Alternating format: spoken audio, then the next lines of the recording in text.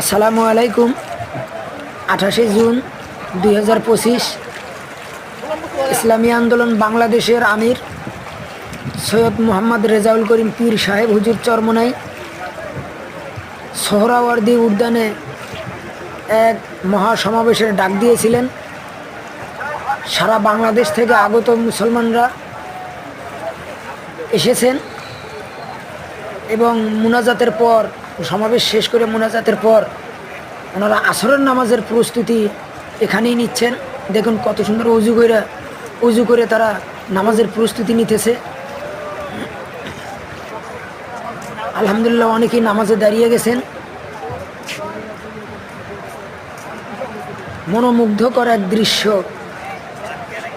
যা সত্যি অনেক আনন্দের, অনেক ভালো লাগলো। এখানেই সমাবেশ শেষ করে এখানেই ওনারা নামাজে দাঁড়িয়ে গেছেন। দেখুন আলহামদুলিল্লাহ কত সুন্দর জামাতবন্দি হয়ে একসাথে ওনারা নামাজ পড়তেছেন। আলহামদুলিল্লাহ খুব সুন্দর একটা দৃশ্য।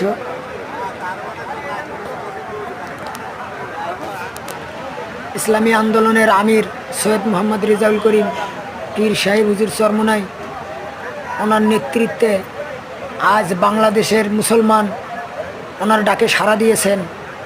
আলহামদুলিল্লাহ, আল্লাহ পাক এই দেশকে ইসলামী দেশ, ইসলামী রাষ্ট্র হিসেবে কবুল করুক, আমিন।